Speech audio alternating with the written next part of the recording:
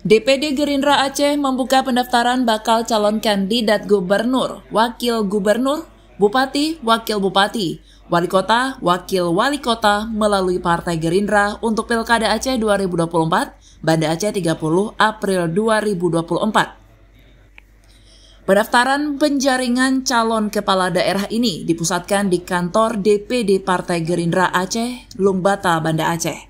Pada hari pertama dibuka pendaftaran, salah satu bakal calon Bupati Aceh Utara, Khaidir Abdurrahman, yang mendaftarkan ke kantor DPD Gerindra Aceh. Penyerahan berkas diterima oleh Sekretaris DPD Partai Gerindra Aceh, Abdurrahman Ahmad, yang didampingi Ketua Penjaringan.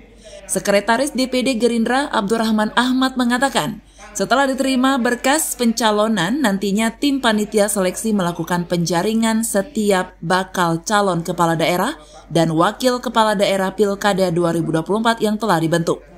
Calon nantinya juga akan disaring dengan cermat serta diverifikasi oleh tim penjaringan. Nanti DPP Gerindra akan merekomendasikan siapa yang dipilih calon bupati, wakil bupati, dan wali kota. Wakil wali kota didukung partai. Pembukaannya itu setelah habis batas waktu kita tutup berapa orang yang terjaring, lalu dibawa berkas ini sekaligus bersama kandidat untuk kita buat penerimaan juga di sini. Itu apakah ada verifikasi lagi di DPP? Oh, DPP ada. DPP ada, setelah kita verifikasi di sini, menurut kita ini yang lebih tepat, lalu itu kita sampaikan kepada DPP.